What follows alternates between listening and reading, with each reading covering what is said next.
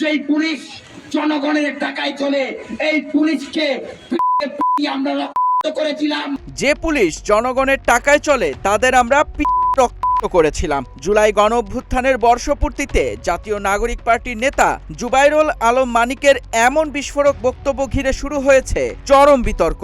গত বুধবার বিকেলে চট্টগ্রামের আনোয়ারা উপজেলার চাতরি চৌমুহনী টানেল মোড়ে 11 দলীয় ঐক্যের এক সমাবেশ অনুষ্ঠিত হয়। সেখানে বক্তব্য রাখতে গিয়ে স্থানীয় প্রশাসনকে সতর্ক করে মানিক প্রশ্ন করেন, কিভাবে থানা দেওয়া হয়েছিল, ইউএনও ও ওসিরা কি তা দেখেননি?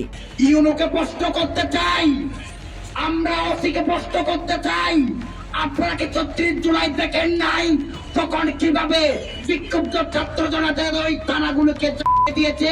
আনোয়ারা উপজেলা জামাতের সভাপতি বীর মুক্তিযোদ্ধা মাস্টার আব্দুল গনির সভাপতিত্বে আয়োজিত এই সমাবেশে স্থানীয় শীর্ষ নেতারা উপস্থিত ছিলেন। অনুষ্ঠান থেকে গণভোটের রায় বাস্তবায়ন, সুশাসন ও গণতন্ত্র প্রতিষ্ঠার দাবি জানানো হয়। বৃহস্পতিবার বিকেলে এই বক্তব্যের ভিডিও সামাজিক মাধ্যমে ভাইরাল হতেই শুরু হয় তীব্র আলোচনা সমালোচনা।